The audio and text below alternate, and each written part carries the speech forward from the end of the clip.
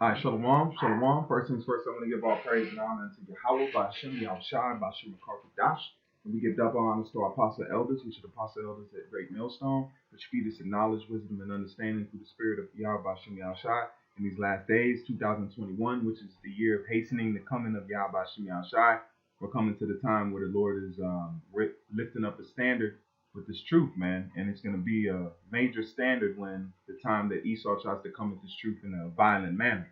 But like it says to you, hopeful elect on the four corners of the planet Earth, which is sincerely hoping and moving towards the goal of salvation. You know, we're just in the time of waiting on the Lord, man. The Lord will fight for us in these times. So let's jump into this lesson. We have IUIC is at it again, which, you know, this is all defending the gospel. This is just for also its edification, you know, because this forces us to go into issues and go into the precepts and read into certain things to get further understanding so we can make sure that, you know, issues are taken care of. But let's jump into it. We're going to go to the origins of marriage, the origins of marriage license, okay? Because this is the main argument that IUIC making now, that you got to have a marriage certificate. That's how the Lord wants it. If you don't have that, then you're going off. You know, we got to come back to it. No. It's not that, man, because the Lord has set up different things to symbolic a man being joined together. But let's read the origins of the marriage law and marriage license history, and then let's let that deal with it. All right. It says marriage license. It's like it says marriage license and marriage license history, or marriage law and marriage license history. Marriage license were absolutely unknown. Listen to this. Marriage licenses were absolutely unknown prior to the arrival of the Middle Ages. But when was the first marriage license issued? In what we would refer to as England, the first marriage license was introduced by the church by 1100 CE England. All right, Common Era. A huge proponent of organizing the information obtained by the issuing of marriage license export in the practice of Western territories by 1600 CE. It says exported and practiced in the Western territories, what you call Americas. Okay? That's why you got to let it go, Jake. The idea of marriage license took form roots in Americas of the colony period, the colonial period. Today, the process of submitting an application for a marriage license is accepted practice throughout the world. In some places, most notably the United States, state-sanctioned marriage license continue to garner in communities that believe that the church should have the first and only say in such matters. But listen to this, Jake. This is why you got to watch out for guys, man. Look up your history before you start pushing this, because this is not your word, man. Watch how you build on another man's foundation. We don't say this to you, man. We wish we didn't have to say nothing to you, man. If you didn't bring up folly like this, and because Jake is going to get lost. Jake is trying to be found and regain light and regain their flesh and who they are, and then you want to rip it off of them and give them Esau's doctrine, man. Listen to this part. Early marriage contracts. In the earliest days of the board issued of marriage license, old marriage license represented a sort of a business transaction. Okay? Not a law, because we had a token of the marriage, which was the virginity, the sheet that would be laid down in the marriage chamber. Okay? As marriages were private affairs commenced between members of two families, the licenses were seen as contractual, and same thing as the ancient world. That was the token, because that was to affirm that the son's family got actually a virgin for the dowry, man. Okay? So they can make sure that everything was in order. So she wasn't out there committing adultery, and he was getting what he paid for. It says in a patriotic world, the bride may not have even known that the contract was guiding the exchange of goods, services, and cash holding between the two families. It wasn't her business because it was the father's authority, because she was in under the father's household.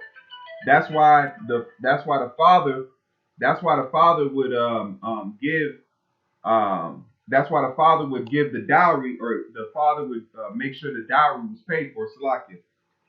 Hold on. Let me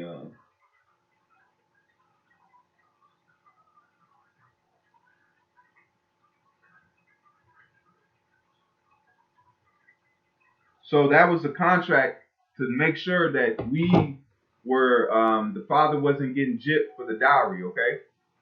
All right. So it says in practical work, indeed, the end of the marriage union was not only to ensure the prospect of procreation, but also to forge social, financial, and political alliances. Let me go down here. Um,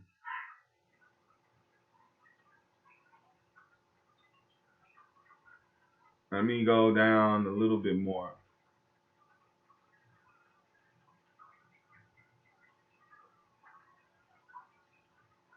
Yeah, here we go. This is what I want to bring out. It says the face of racism in the American South. It's widely reported in the 1741, the colony of North Carolina took judicial control over marriages. At that time, the primary concern was interracial marriages. North Carolina sought to prohibit interracial marriages by issuing marriage license to those deemed acceptable for marriage. This is what you pushing, Jake. You pushing Esau's, man. Esau set up that license to make sure that you weren't marrying his woman, man. And you weren't, and it was an illegal, it was not held up in court as a legal marriage, man. Okay? By the 1920s, more than 38 states in the U.S. had crafted similar policies and laws to promote the maintenance of racial purity. It says up the hill in state of Virginia, the State Racial Integrate Act passed in 1924 made it absolutely illegal for partners from two races to marry. Amazingly, the RIA was on the books in Virginia law until 1767. Come on, man. Amid the era of sweeping racial reform, the U.S. Supreme Court declared the state of Virginia prohibited of interracial marriages was absolutely unconstitutional, so they took it away. Okay, so that's what you pushing on our people, that they should be getting married when this was already set up just to make sure Jake went intermarrying, and this was set up back like it says, it wasn't even known before the Middle Ages, because it was just because men could deal with multiple women at that time. So what was the point of a wedding ring? You gonna have four wedding rings on one hand? I'm joking, please. Okay, but the point of saying, look, you gotta understand this, Jake, that when using that, okay? Let me get these precepts real quick, because the precept that they use is right here, right? This is Sirach 42 and verse 7. But read up. It's talking about merchandise. Okay, this is verse 5. And the merchants indifferent selling of such a correction of children, and to make the side of an evil servant to bleed. This is how you conducted yourself, different things, and you would have to use to maintain that society. It says delivering all things in number and weight, and put all in weight in writing, that thou givest out and receivest in. That's talking about commerce, man. It's like keeping a ledger. Okay, it's like keeping a ledger, which is like a receipt. So somebody, if they come back down the line and say you didn't sell them something, you can have that in writing, man. So you can have everything decently and in order. Okay? And ain't talking about marriage license, man. What are you talking about? That's why you said you prophesying your own self, and you having men add unto the scriptures, man. Okay? So it's not speaking about that. Because you can be joined unto a harlot even, man. Okay? That's what the Lord told us. This is 1 Corinthians. All right? Let's get it. Salaki 6 and 16. It says, what? Know ye not that he which is joined to an harlot is one body? For two, saith he, shall be one flesh. That goes back to the law of marriage. And the precepts show that. If we go down here, what precepts is it bringing to? Huh? What precepts is it bringing to? Right here. Genesis 2 and 24. Therefore shall a man leave his father and his mother and shall cleave unto his wife, and they shall be one flesh. What did they do? Did he put a marriage license to this?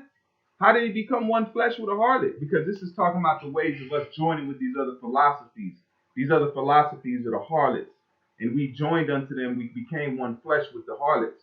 Okay, so we're supposed to be one flesh with the Mashiach, which is Yahweh Shem Yahushua, man. Okay, Yahweh Shah is the anointed that we are joined to. That's why the marriage is the marriage of the Lamb is going to be between Yahweh Shah and the elect, the 144,000 and the one third. That's his wife, man. All right. So what did he have to give to this harlot to be joined to? Or was there a marriage license? Because one flesh goes into the what? Of acting of joining a man and a woman together, man. Okay? So come on, man. IUIC, quit it. Please quit it. All right. So Lord willing, this is edifying, and like I said, the scriptures right here. Like I said, man, we come into the time where these things have to be addressed. So Jacob, get in motion, man. Get in line and see things because it's easy. Once you understand it, but we've been broken and we're coming from a low state, and the Lord is building us up, man. So with that, Lord willing, this is edifying again, and I want to give all praise and honor to Yahweh, Ba'ashem Yahushai, Ba'ashem Karkadash, Barakatah Yahweh, Barakatah Yahushai, Barakatah Yahweh, Barakatah Yahushai, Barakatah Yahweh, Barakatah Yahushai, Ba'ashem Karkadash. Till the next time, keep faith, keep fighting, keep moving. Shalom.